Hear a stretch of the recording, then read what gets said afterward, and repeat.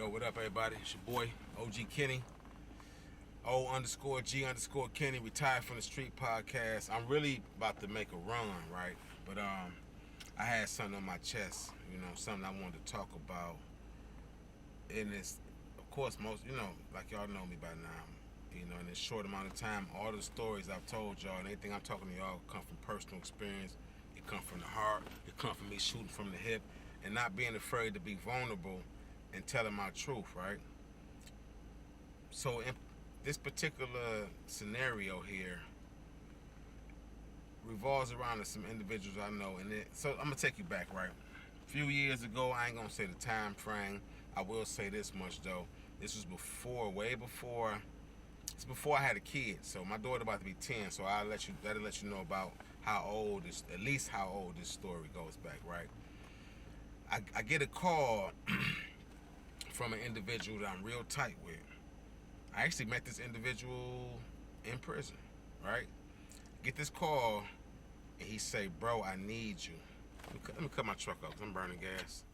I was supposed to slide down like I just told y'all, right? So I get a call from him, and he said, "I need you, bro. I got this dude I want to plug you in with, and he gonna pay us $1,500 a pop to burn down these houses." Now, at the time, you got to think my father had got murdered, right? It was I could use $1,500, put it like that, because I'm basically right next in line as far as taking care of the family once Pop's gone. And I vowed to my mother, my sister, my brothers that until we all figure it out, I'ma figure it out. So that was my game plan.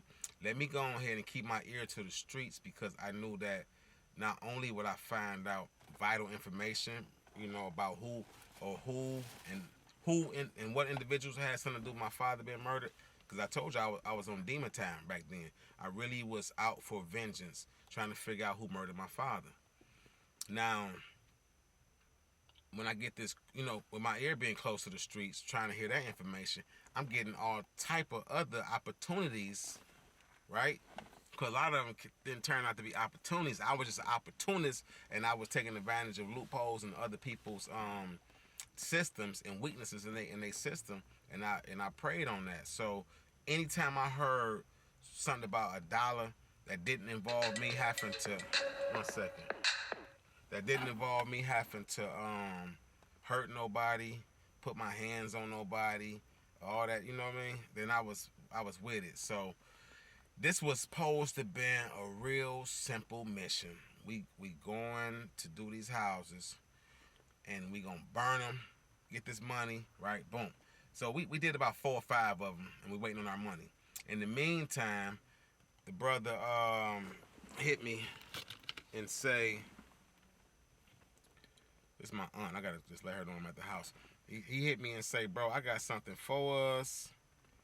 Let me go ahead and put this play in motion outside of us waiting on this money from dude," right? Call auntie while we're talking. So I'm like, put me hip. He like, "Listen, it's easy. We going up in this spot and whatnot." And hey, babe. Hey, how you? I'm at the house. You want to come? If you pulling up? Okay, cool. I see you soon. All right. It's like a hood auntie of mine, but good people though, right? So the lick, I might have to pause too, because she get loud on me. The lick was this, right? We going up in there. They got all this dope in there, right? Kilos. You hear what I'm saying? All we got to do is go in there. It's gonna be, somebody older. You know what I mean? Who incapacitated? Who there? And that's it. So in and out, in and out, in and out. Ain't nobody got to be harmed. She don't even know what's in there, but she's there. Should be solo, maybe got a niece or something like that, kind of watching, who a little older, but kind of, you know what I mean? She grown, probably in her, 30s, 40s, but she there with this dude, this older dude. So bam, we get to putting the plan in motion. We already know who about to be involved, who playing what position, right? And this is why I say loyalty to a fault. In the title, when I say how being loyal to a fault can get you jammed up.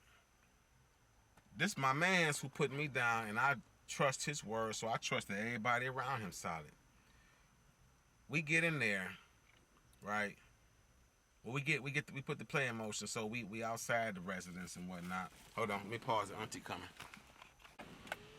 Yeah, she's sweet. She, man, listen. So she just brought me some popcorn. She brought me some popcorn and some lemons and some I just threw in this bag. Yeah, some lemons back there. Yeah, she told me, yeah, she good people though. Oh, Miss Sandy. So bam. Anyway, let's get back to the point. So we go. We going up in this spot, right? Right. Apartment. So we got to really be careful. So we disguised ourselves as servicemen. You know, I ain't gonna say what kind of servicemen, because I don't want to give this away, but because it's like, you know, a lot of this stuff happened. It's so long, man. But we gotta think. This was the mission we was on. We slide up in this bad boy, and soon as we get in there, it ain't really no resistance. Like I say, this old dude chilling. I don't know what his issue was or what he was like, you know, what kind of thing he had running the machine or whatever. But he there, and this we thought was a lady, but what happened was it was like a dude there, like a housekeeper type of dude. So we come in with paperwork, like, hey, we here for this, that, and the other. He complying at first, next thing you know, he like, nah, this don't seem right. So he get, now, let me take you back a little bit though, right? As we in the planning phase, we already know who are supposed to be involved in the situation, right? I might have got a little sidetrack with Auntie coming up. We already know who's supposed to be involved in this situation, right? Last minute, we get like one of the main dudes who planning it, who supposed to be there. He say, man, I ain't gonna come because of the familiarity. Ain't no telling who there. They might, you know, recognize me. I respect that, but at the same time, who the hell are you about to put in your place, bro? You understand what I'm saying? Who are you about to put in your place to, you know, like we doing something that's wild, right? Now, I'm not saying it was right. I'm not justifying nothing I've ever did. But when you were out of your mind in so many ways, and in a different sense of the word, right, you kind of justify and deny things, right? You in justification and denial phase. So I was full-blown justification mode. Like, we in here, we ain't hurt nobody, we in and out. This dude that they picked to take dog place was close to him. We didn't really know him, but we sit down with him for a minute. I really ain't with the shit, but at the same time, this guy that we already put the play in motion, and we got time and other resources invested, and this guy, it's on some Ocean's 11 type mission. We got to make it happen, right? Get up in there. This dude here, this newcomer, this replacement killer, right? This dude lose his mind. He want to take a sledgehammer to everybody. You understand what I'm saying? He trying to beat people. And I'm like, dog, what the hell is this? To the point now, I don't even care what we here for. I'm ready to go. You understand what I'm saying? My whole mission now is to stop this dude from killing somebody and to get the hell up out of there, because you sloppy, bro. Anytime anybody ever know when you a kick though mission, or when you in the ganking or hitting licks or jugs or robberies or whatever you want to call them, the main thing is to get in and out with the merch without any other hiccups, right? You watch many movies, and I'm pretty sure you've seen a lot of different crime stories where people do extra stuff and get busted, or not even just busted, it becomes something else. You up them charges from some simple robbery to now you got a sexual assault if you're a weird type of dude, or you in there, you done caught an attempt murder or possibly a body. This is what this was looking like real quick. Like he really, and then he told me he wanted to beat the dude on the car. I should take one to his head just so dog could come on and tell me where what. I'm like, bro, probably really don't know. You wilding. Me and this dude arguing in the living room. He got a sledgehammer. I got a blicky, right? I got a blicky. I'm like, dog, I'm not going to up this pistol on you, my man. But you going to put that hammer down. Because if I up this pistol, bro, I'm going to blow you. That's what's going to happen. That ain't even my intentions. This ain't even nothing I'm really about blowing dudes. I was just like, shit, if it was necessary, it's going down. But my thing was get in, get the bag, and get out. I'm so focused on my loyalty to my dude that's there too that I'm really about getting us out. You understand what I'm saying? I could have been on some selfish, let me go and get the hell up out of here, but I'm like, bro, cause he in another whole part of the house. I gotta get him. Like, come on, man, this dude done lost his mind.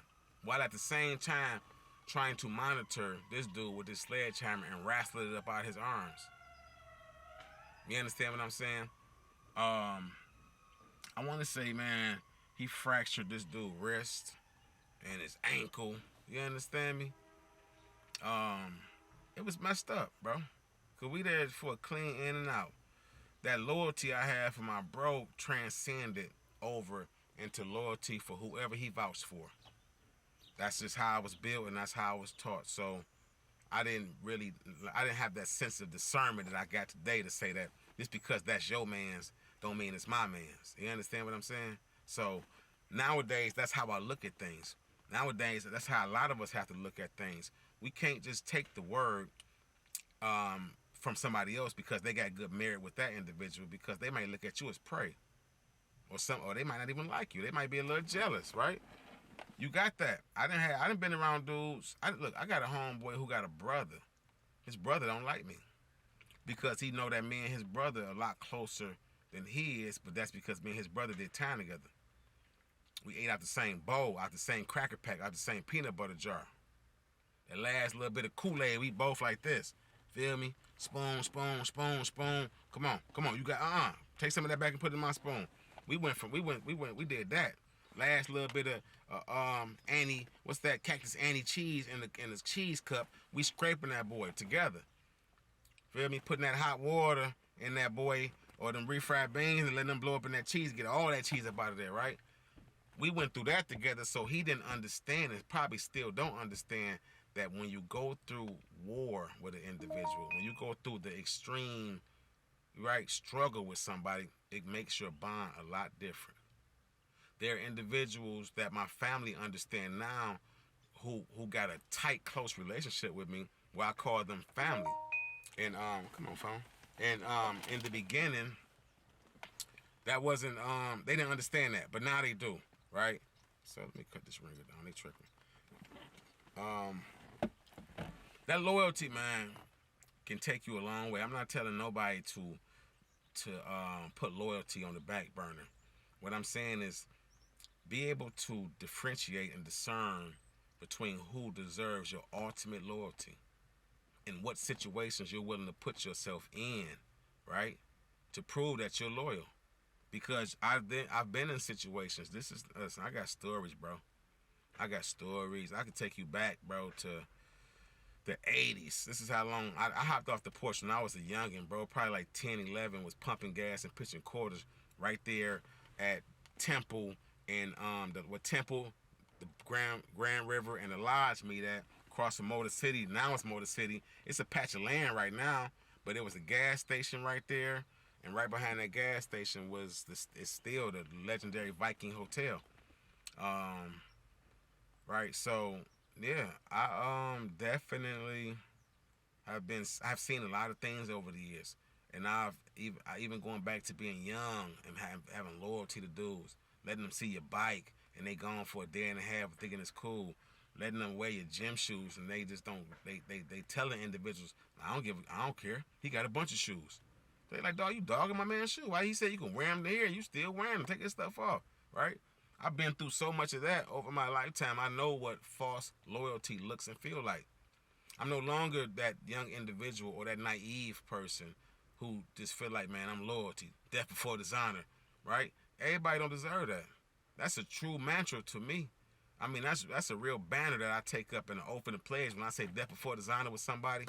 That means something. That comes from the soul, the heart. That's gut-wrenching. That loyalty, bro. In that situation there, bro, we had to run up out of there. We had to leave everything. We didn't get nothing out of that lick. Right?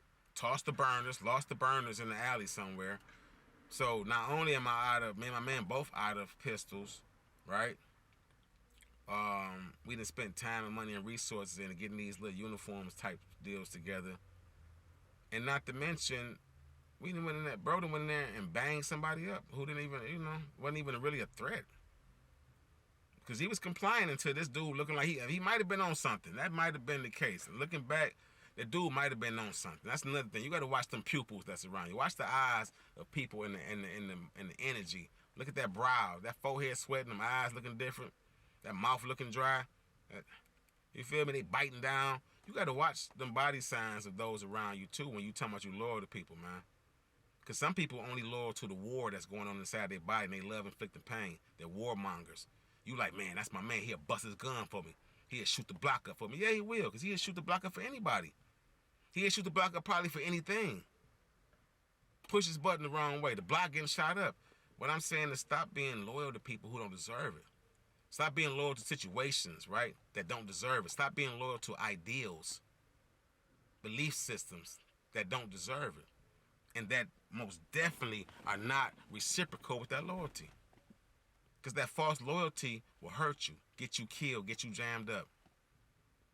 I say everything I say to y'all from the heart because I live this, and I'm still living. I still got individuals who look at me sideways about certain things. They bitter about my relationship with females that they deal with, and me and these women ain't never dealing with each other on a sexual level, never have, right? I got a lot of that going on around me still to this day. And man, I done had my fun with life. So, and I done had my downfalls with life. So when I'm telling these stories, I'm telling them because I want to see people avoid this type of stuff, man. I ain't just running my mouth to this camera because I think I look good on camera. You understand me? Even though I shaved earlier and got some decent little frames on now, smelling good, right?